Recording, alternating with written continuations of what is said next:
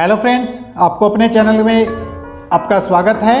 आज हम बात करेंगे बहुत सिंपल सेंटेंसेस की, ऐसे वाक्य जिसको कई बार ये लगता है कि मुझे इंग्लिश नहीं आ रही है समझ में।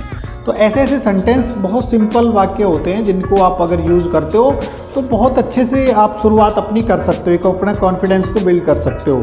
तो आज हम ऐसे ही वाक्यों के बारे में बात करते हैं कि अगर आपको कई बार वर्ब याद नहीं है, आपको सेकंड फॉर्म याद नहीं है, थर्ड फॉर्म याद नहीं है, तो अब ऐसे सिंपल वाक्यों में आपको वर्ब की भी ज़रूरत नहीं होती। बहुत सारे सिंपल ऐसे वाक्य होते हैं, अगर आप उनको यूज़ करते हैं तो एक बहुत अच्छे तरीके से आप अपनी इंग्लिश की बोलने की शुरुआत कर सकते हैं।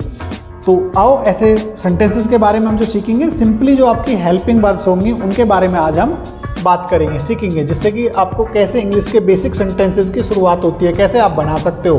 तो फ्रेंड्स, हम यूज़ करेंगे सिंपली जो हेल्पिंग वर्ब है, यूज़ ऑफ हमारी जो हेल्पिंग वर्ब होंगी वो is, am, are, was, were, has, have, had,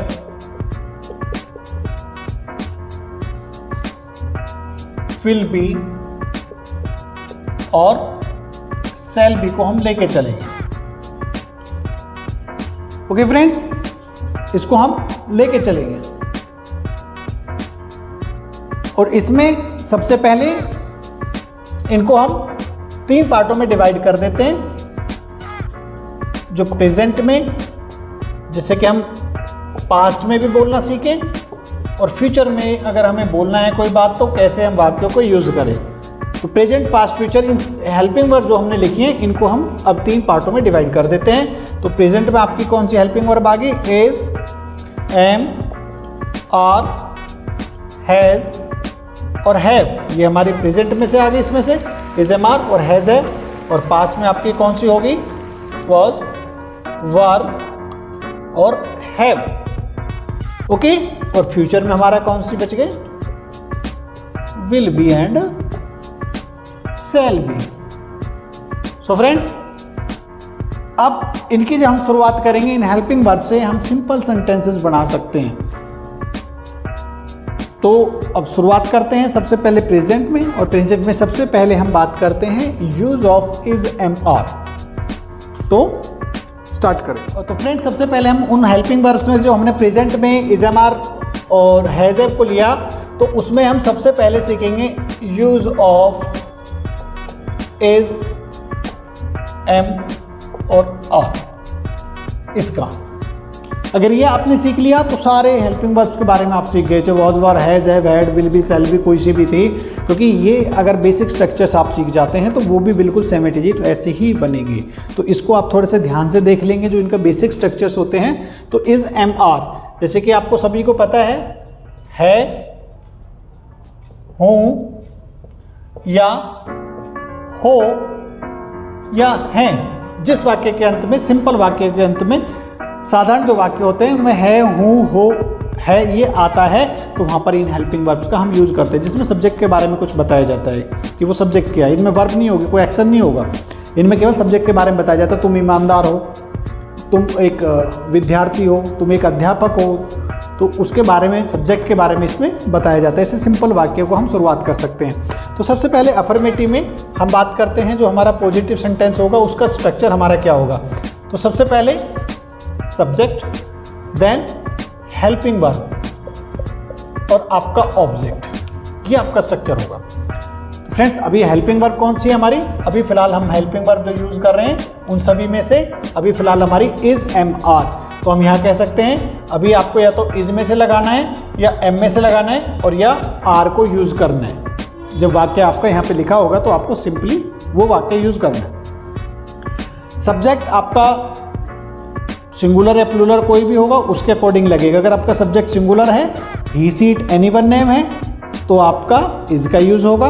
अगर आपका आई है तो एम यूज़ होगा, और आपका यू, वी, दे कोई भी प्लूरल आपका आ रहा है तो वहाँ पे आपका आर का यूज़ होगा। जैसे कि कोई भी एक वाक्य ले लेते हैं,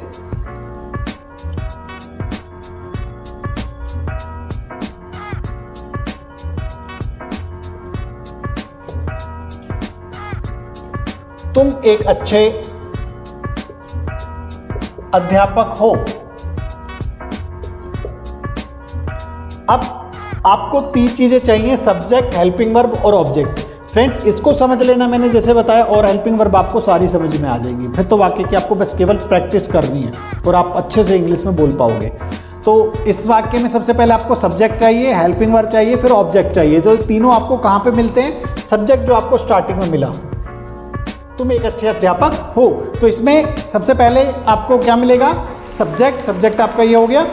हेल्पिंग वर्ब, जहाँ पर अभी मैंने बताया है हु हो आता है, ये आपकी हेल्पिंग वर्ब आएगी जहाँ पे लास्ट में। सब्जेक्ट यानी आपको स्टार्टिंग में, शुरू में मिलेगा, हेल्पिंग वर्ब आपको लास्ट में मिलेगी, और जो भी बच गया वो आपका अदर्स है, वो आपका ऑब्जेक्ट में है। तो बड़ा सिंपल है, पहले आपको ये 3 चीज़ें वाक्य में ढूंढना।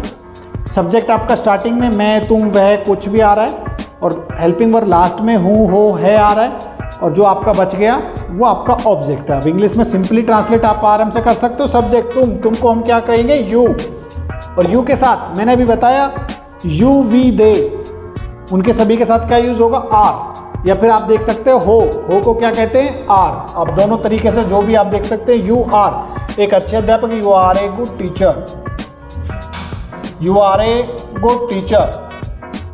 यहाँ पे बहुत आसान तरीके से ये सिंपल वे में हमारा सिंपल अफर्मेटिव जो सेंटेंस है वो बन गया।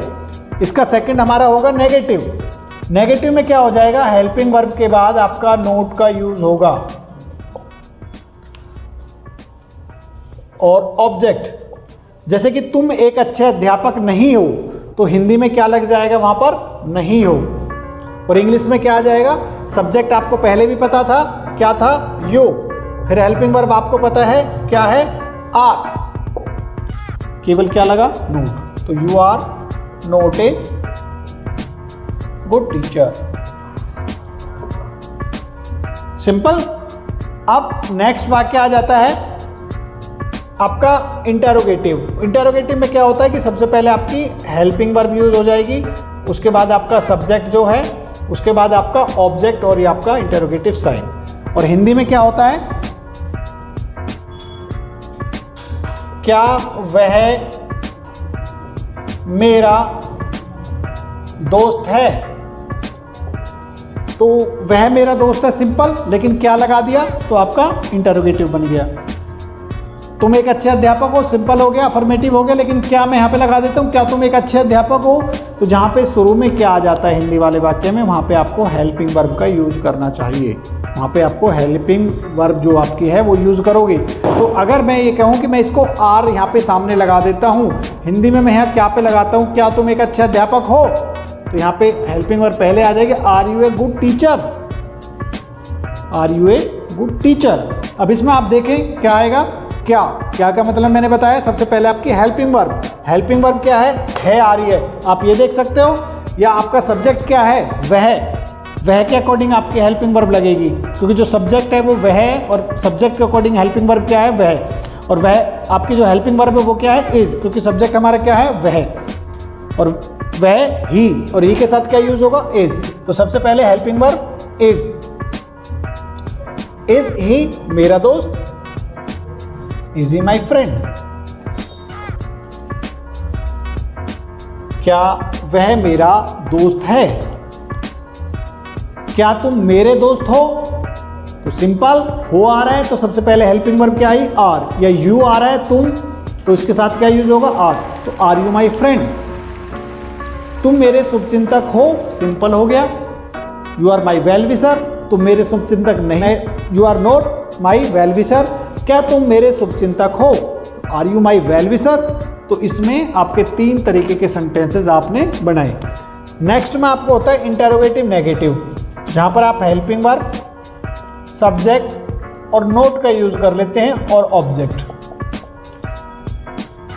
इसमें क्या वह मेरा दोस्त नहीं है? तो is he not my friend? Are you not a good teacher? क्या तुम एक अच्छे अध्यापक नहीं हो? तो वहां पर आर, हेल्पिंग वर्ब, इज पहले आ जाएगा और नोट का यूज हो जाएगा। बिल्कुल आपने देखा कि फर्स्ट थर्ड में है, हेल्पिंग वर्ब पहले लगा दिया, यहाँ पर भी हेल्पिंग वर्ब पहले आ गई, सेकंड फोर्थ की तरह हो गया। नेक्स्ट है WH फैमिली।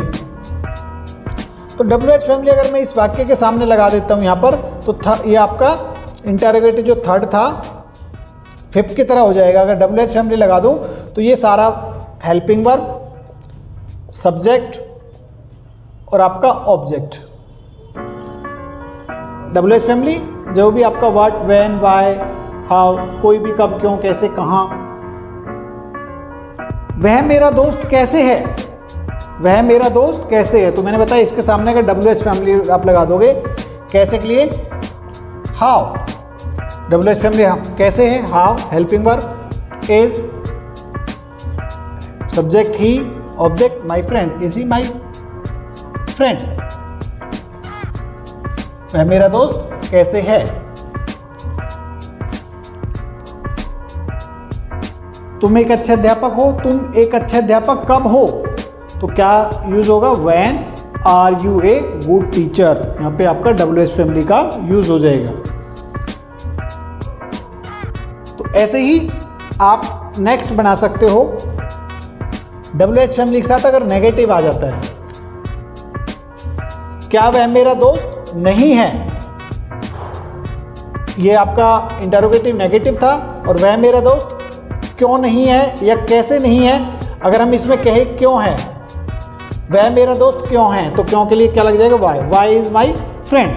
वह मेरा दोस्त क्यों नहीं है, why is he not my friend. तो दोस्तों ये 6 स्ट्रक्चर्स आपके रहेंगे, जिसमें WH family, helping verb, subject, not और ऑब्जेक्ट,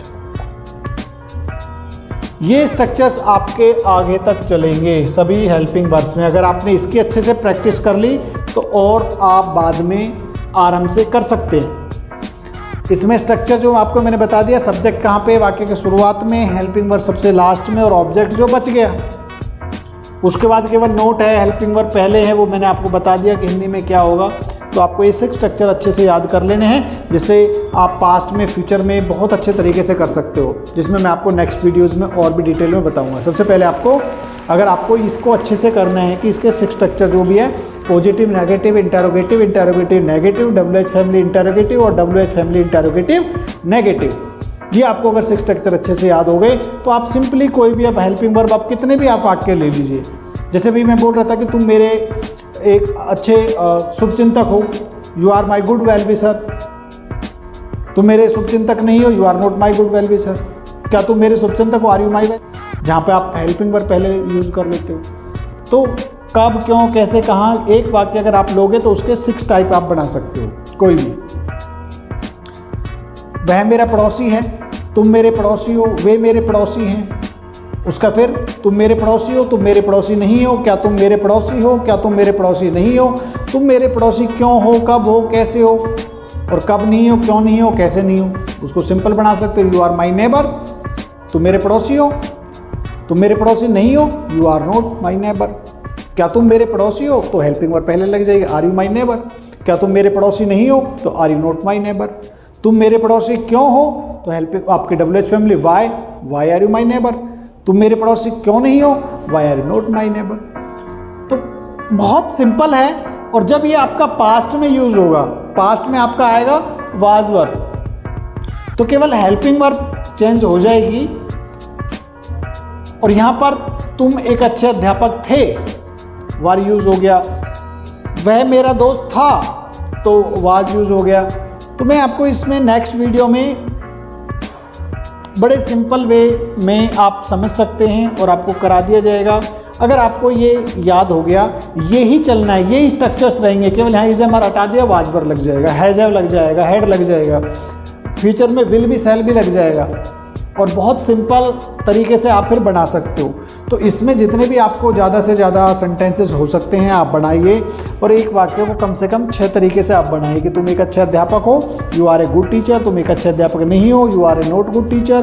क्या तुम एक अच्छे अध्यापक हो, are you a good teacher. क्या तुम एक अच्छे अध्यापक नहीं हो, are you not a good teacher.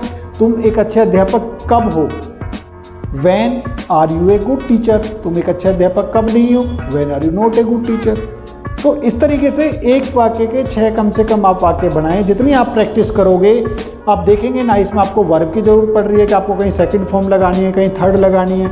बहुत सिंपल वे में आपको केवल सब्जेक्ट जो आपके सिंगुलर प्लूरल मैंने आपको बताएं उनमें से आप कोई भी यूज़ करोगे। हेल्पिंग वर्ब जो अभी फिलहाल आप इज एम आर यूज कर सकते हैं, और जो भी ऑब्जेक्ट उसके बारे में बोलोगे उसके आपको मीनिंग। तो फ्रेंड्स, आप इसमें कम से कम 1 के 6 वाक्य बनाएं। ऐसे 4-5 वाक्यों के कम से कम आप 20-25 वाक्य बनाएं। और अगर आपको ये वीडियो अच्छी लगती है तो इसको लाइक करें, शेयर करें, कमेंट करें।